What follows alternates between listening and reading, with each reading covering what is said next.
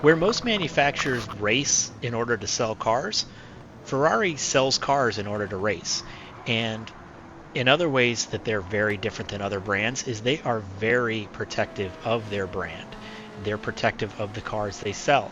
Uh, this is going to be a list of 7 celebrities who have been allegedly blacklisted from purchasing new Ferraris in the future because of things that happened in their past. And Ferrari has no control over the used car market or the classic car market, so they're still free to purchase those, but they will not be allowed to purchase any new vehicles or any specialty vehicles directly from Ferrari. Coming in at number 7 on our list is Kim Kardashian. While it's a little unclear whether or not she's actually blacklisted or if she is just not going to receive special consideration for any invitational Ferraris, she's on this list for 2 reasons. One being that she was gifted a white 458 from a Malaysian businessman who was possibly involved in illegal business transactions. So Ferrari is not condoning this gift, and they don't like to see their cars change hands too often as well. She is also known, along with the rest of her family, for customizing vehicles. I believe Kim's cars are currently painted to match her home, and customization is not something that sits well with Ferrari after the purchase. So that's why she is down at number 7. Coming in at number 6 on the list is Curtis Jackson, better known as 50 Cent. Curtis was in ownership of a 488 Ferrari. This is not that car, but a lot of these cars are in that same genre, so I wanted a little bit more variety. But anyway, his car ended up with a dead battery, and he was very publicly upset about it, posting photos of it on Instagram on a flatbed instead of just jumping the car and referring to it as a lemon.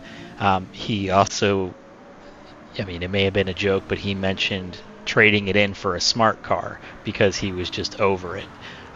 So with that public shaming of the car, he ended up getting blacklisted and can no longer buy new Ferraris.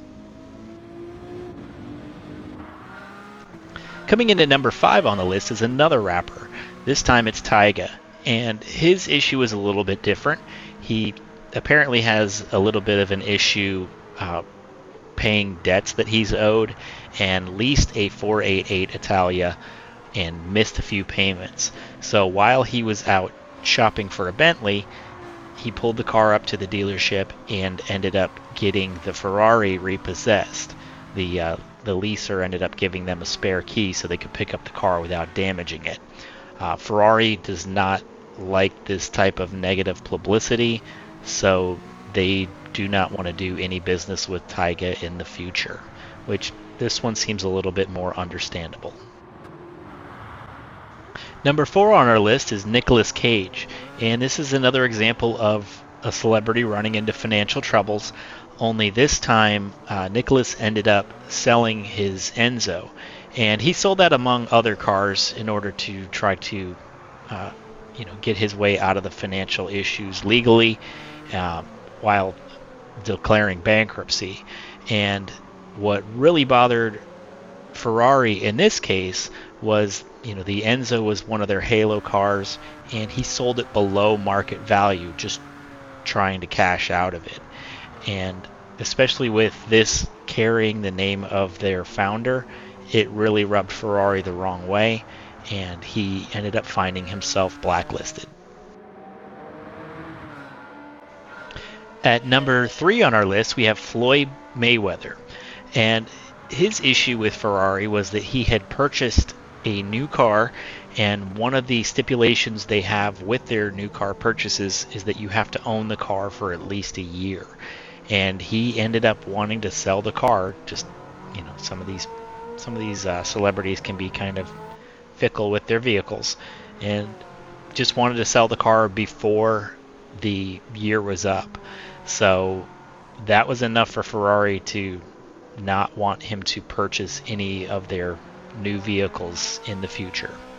If you've made it this far, please like and subscribe, and we'll take you through the last two.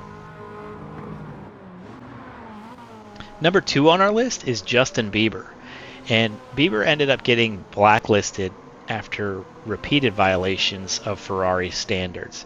His first offense was misplacing the car for several weeks after a night of partying. The next violation was involving the customization that he had done at West Coast Custom, which involved a Liberty Walk body kit and an electric blue wrap, as well as some custom wheels. And this was all done without Ferrari's approval.